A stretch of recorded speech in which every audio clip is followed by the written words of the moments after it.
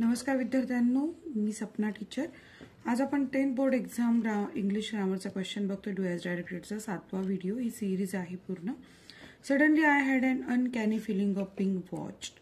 आता इथे आपल्याला सांगितलं pick out the adjective. Adjective म्हणजे काय? ॲडजेक्टिव्ह असा वर्ड असतो that describes or modifies a noun or pronouns. नामाविषयी किंवा सर्वनामाविषयी अधिक माहिती सांगणारा शब्द म्हणजे ॲडजेक्टिव्ह। आता इथे या वाक्यामध्ये तुम्हाला कोणतं ॲडजेक्टिव्ह वाटतंय पटकन कमेंट करून सांगा। ज्यांना येत नाही त्यांना सांगते। तर याच्यामध्ये नाम कोणते बघायला लागेल। सो हे थोडंसं वेगळं वाक्य आहे। आय तुम्हाला प्रोनाउन दिसतो, त्याच्या आधीचा वर्ड हा सडनली काय ॲडजेक्टिव्ह नाहीये। Had and uncanny feeling of being watch, तर यामध्ये फिलिंग हे नाउन आहे आणि अनकॅनी म्हणजे विचित्र किंवा गूढ वाटणे। सो तुम्हाला काय म्हणायला लागेल, फक्त इथे उत्तर काय येणार आहे अनकॅनी। बाकी पुढे लिहिण्याचे कारण पिक आउट द नाउन म्हटलं, ॲडजेक्टिव्ह म्हटलंय फक्त, म्हणून अनकॅनी हा वर्ड येणार आहे।